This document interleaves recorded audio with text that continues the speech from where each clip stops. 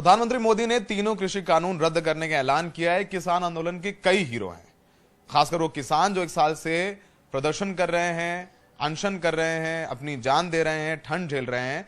लेकिन एक हीरो वो हैं जो गवर्नर रहते हुए ही उस सिस्टम को पर सवाल खड़ा कर रहे हैं जिस सिस्टम का वो हिस्सा है।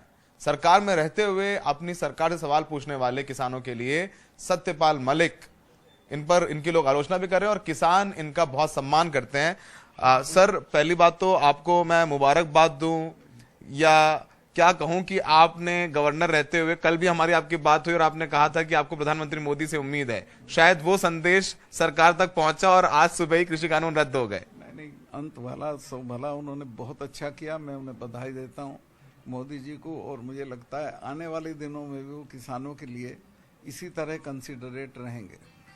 आपको सर लगता नहीं है कि थोड़ा देर करी? 700 किसानों की मौत हो गई, 1 साल रह गए और बीजेपी को नुकसान हो गया। पंजाब में लगभग बीजेपी आज ना के बराबर है, उत्तर प्रदेश में नुकसान हुआ, थोड़ा ज्यादा लेट कर दिया। हाँ, ये तो है, शुरू में करते तो बहुत अच्छा था, खूबसूरती बनी रहती और फायदा होता, नुकसान तो बहुत हो गया।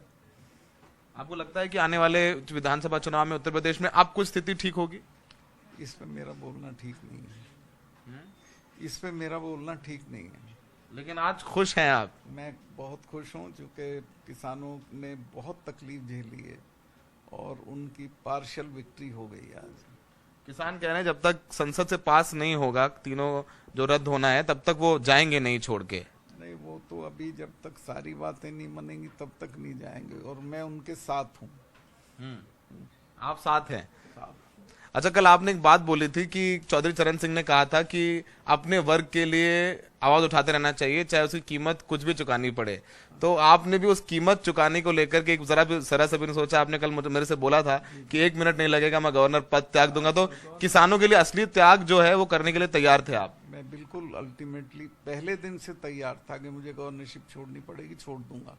लेकिन चौधरी साहब ये कहते थे कि अपने वर्गों के सवाल पे कभी समझौता मत करो।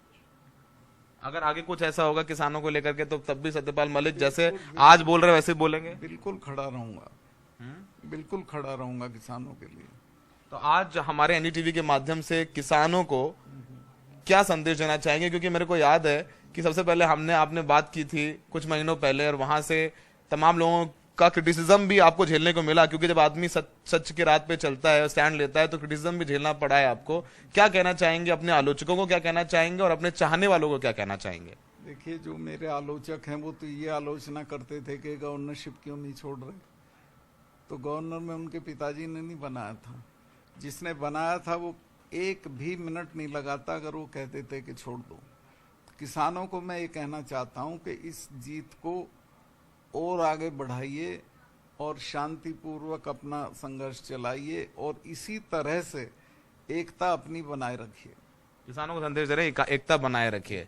सत्यपाल मलिक, शायद जब कृषि कानूनों का इतिहास लिखा जाएगा तो यह नाम भी याद रखा जाएगा कि एक इंसान था जो गवर्नर पद पर रहते हुए अपने पद को त्यागने के लिए तैयार था, अपनी सरकार के खिलाफ बोले भी, आलोचना भी सही, और आज अपनी सरकार को धन्यवाद दे रहे हैं क्योंकि उनकी सरकार ने किसानों की सुनी है, उनकी सुनी है। अपने आलोचकों को भी यही संदेश दे रहे हैं कि वो उन्हें गवर्नर पद से अब भी कोई लोभ नहीं, अब भी वो गवर्नर पद छोड़ने को तैयार है। किसानों की जीत हुई है, किसानों के मुद्दे पर अपनी आवाज सत्यपाल मलिक ऐसे ही उठाते रहेंगे। हमसे बात करने के लिए बहुत बहुत शुक्रिया।